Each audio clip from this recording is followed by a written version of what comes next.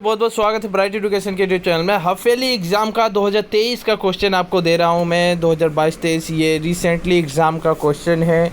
आप देख सकते हैं 100 मार्क का एग्ज़ाम है। क्लास 10 MIL हिंदी 3 आवर्स का एग्ज़ाम है। हफेली एग्ज़ाम का टाइम 20 तारीख से हफेली एग्ज़ाम स्टार्ट है।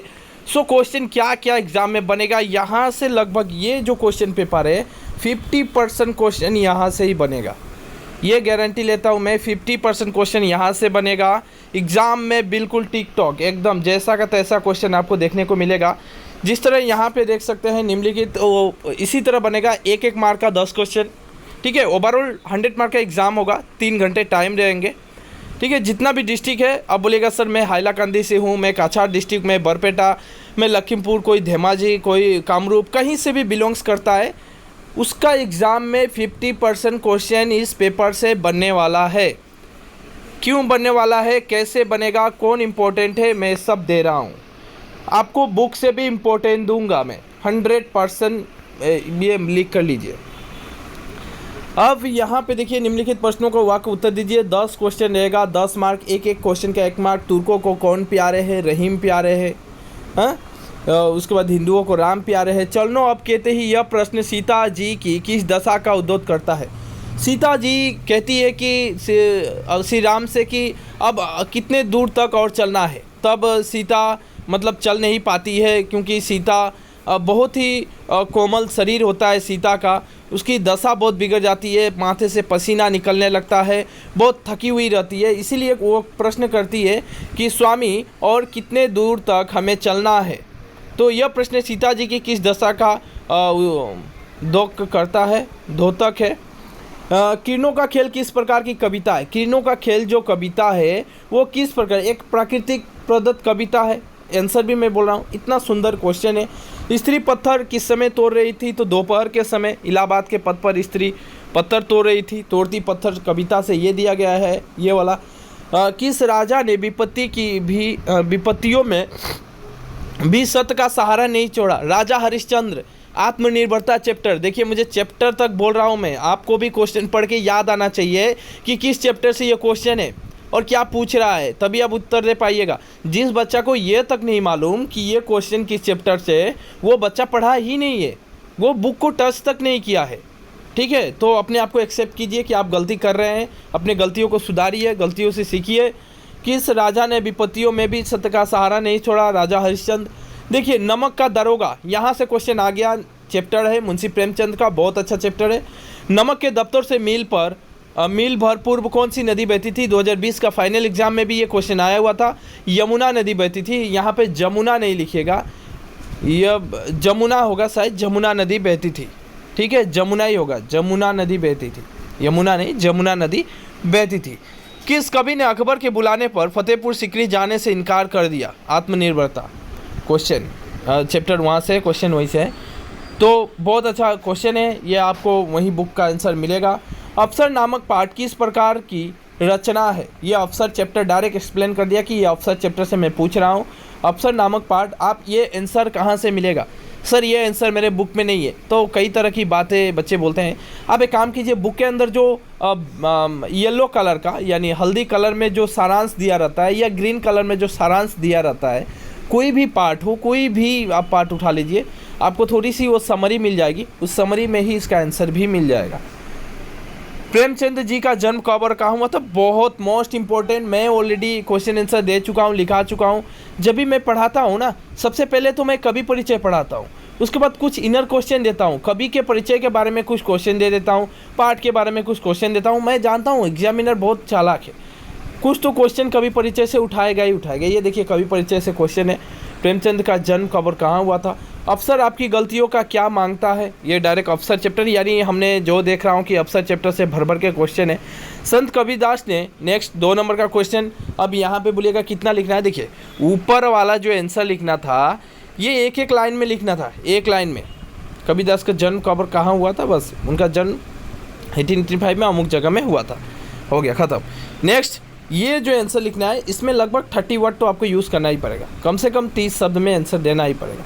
संत कबीरदास ने जग को बोराया हुआ क्यों कहा है, ये कबीर का जो पद है वहाँ से लिया गया है। ग्राम बधुओं ने सीता से क्या पूछी, ये जो पद वाला जो तुलसीदास द्वारा लिखा गया है, सीता राम वाला जो चैप्टर है वहाँ से लिया गया। राम लक्ष्मण सीता का जो चैप्टर है, वनवास में जाते हैं, वहाँ से है। पत्थर तोड़ने वाली स्त्री का परिचय कवि ने किस तरह दिया है कि दोपहर के समय इलाहाबाद के पथ पर कड़ी धूप थी और पढ़ार कर करके हाँ वो पत्थर तोड़ रही थी, अचानक सा एक बार गिर जाती है, तो वो है। एकलव कौन था, ये आत्मनिर्भरता चैप्टर से है। लोग नमक का चोरी छिपे व्यापार क्यों करने लगे थे, नमक का दारोगा चैप्टर से, मुंशी प्रेमचंद राइटर। अफसर को उसकी पत्नी और बच्चे कैसे लगते थे, एक फाइल की तरह लगते थे, केस फाइल की तरह, ये भी अफसर चैप्टर से। यानी हमने अफसर चैप्टर से ज़्यादा क्वेश्चन देखने को मिला, तो हमें याद रखना पड़ेगा अफसर चैप्टर और मुंशी प्रेमचंद वाला, हाँ यानी नमक का दारोगा मोस्ट इंपॉर्टेंट है, ग्राम बधुआ वाला बहुत इंपॉर्टेंट है। अब है तीन मार्क का, तो 3 मार्क वाले के लिए आपको लगभग 40-50 में वर्ड देना, मतलब लगभग 30 से 40 शब्दों में या 40 से 50 शब्दों में भी आंसर दिया जा सकता है। सम्यक उत्तर दीजिए, ये बोला है, सटीक उत्तर देना है। पठित छंदों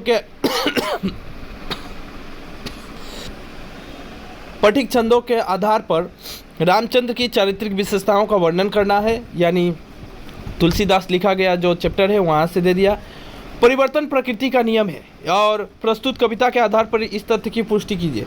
परिवर्तन प्रकृति का नियम है, ठीक है, ये आपका चैप्टर रहेगा किरणों का खेल, ये इम्पोर्टेंट है। मैं बोल दिया, क्वेश्चन बोल रहा हूँ, वहाँ से जाना है आपको।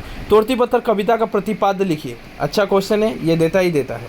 पाठ में आए कुछ आत्मनिर्भरता व्यक्तियों के बारे में लिखिए। आत्मनिर्भरता में कई सारे व्यक्ति आएंगे, उनके बारे में लिखना है।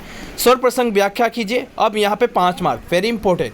यहाँ पे लगभग आपका 50 से 60-70 वर्ड में आपको जवाब देना है, ठीक है। और व्याख्या लिखने का नियम होता है, संदर्भ, प्रसंग, व्याख्या, उपसंहार, उसके बाद भाषा शैली, ये सब कुछ रूल्स होता है। देखिए 1 नंबर में संदर्भ, फिर प्रसंग, फिर व्याख्या, फिर उपसंहार, फिर भाषा शैली, ये तो कॉमन है। 1 2 3 4 5, ये 5 जो है आपका आपको पालन करना ही पड़ेगा। 5 नियम है, इस नियमानुसार आपको लिखना है। अगर नहीं आता है तो कमेंट कीजिए कि व्याख्या कैसे निकला है, आपको 5 में 5 मार्क कैसे एग्जामिनर देगा, आप हमें बोलिए, हम वो लिख कर दे देंगे। सर्वप्रसंग व्याख्या, किन्हीं कहे मोही सहजे सहज समाता, पूर्ते निकसी रघुवीर वधु अति चारु चली जल चुए, ये है ये वाला। देखिए हिंदू कहे मोही राम प्यारो, ये वाला है आपका कबीरदास का लिखा हुआ राम और रहीम वाला जो चैप्टर है वहाँ से। नेक्स्ट क्वेश्चन यहाँ से जो बना है, पुरसे निकसी रघुवीर वधु, ये है तुलसीदास लिखा गया पद वाला कविता से है। है बिखेर देती वसुंधरा मोती सबके सोने पर, है कि नहीं, और रवि बटोर लेता है सदा सवेर होने पर, तो ये वाला है आपका ये प्रकृति का यानी किरणों का खेल, वहाँ से ये है, तो वहाँ से ये बस मैंने बोल दिया। अब बोलिएगा सर तीनों लिखना है, नहीं, यहाँ पे एग्ज़ाम में देखना पड़ेगा। यहाँ पे एक्सप्लेन किया गया है, अच्छी तरह बोला गया है, इंडिकेट किया गया है कि किन्हीं 2 को ही लिखना है, एनी 2। यहाँ पे 3 दिया गया है, जो आपको अच्छी तरह आता है वो 2 आप लिख सकते हैं।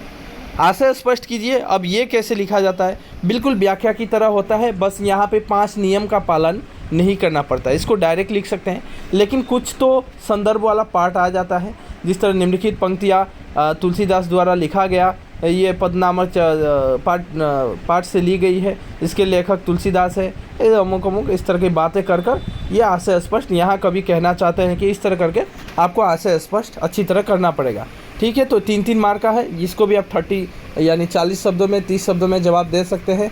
आतम मारी पखानी पूजे उनमें नहु उन्हें जो ज्ञाता, ये है कबीरदास द्वारा लिखा गया।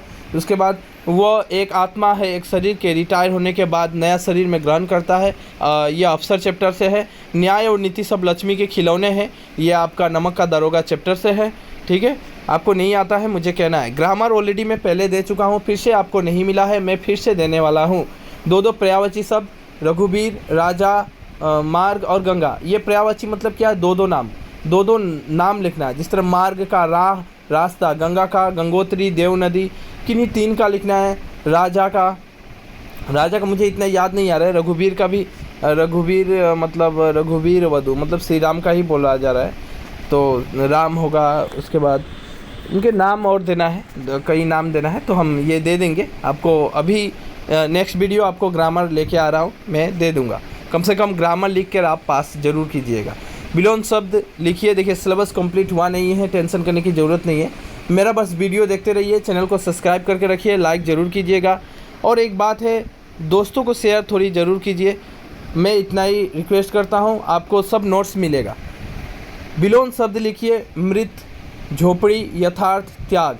विलोम मतलब उल्टा होता है, ठीक है, एंटोनियम हो जाता है, तो उसको लिखना है, उल्टा लिखना है। जिससे रात का दिन है कि नहीं, यथार्थ जो अभी हो रहा है, झोपड़ी, महल, ठीक है, और मृत, मृत का होगा मृत शरीर, तो जिंदा हो गया, है कि नहीं, जीवित, मृत का जीवित, इस तरह करके उल्टा लिखना है।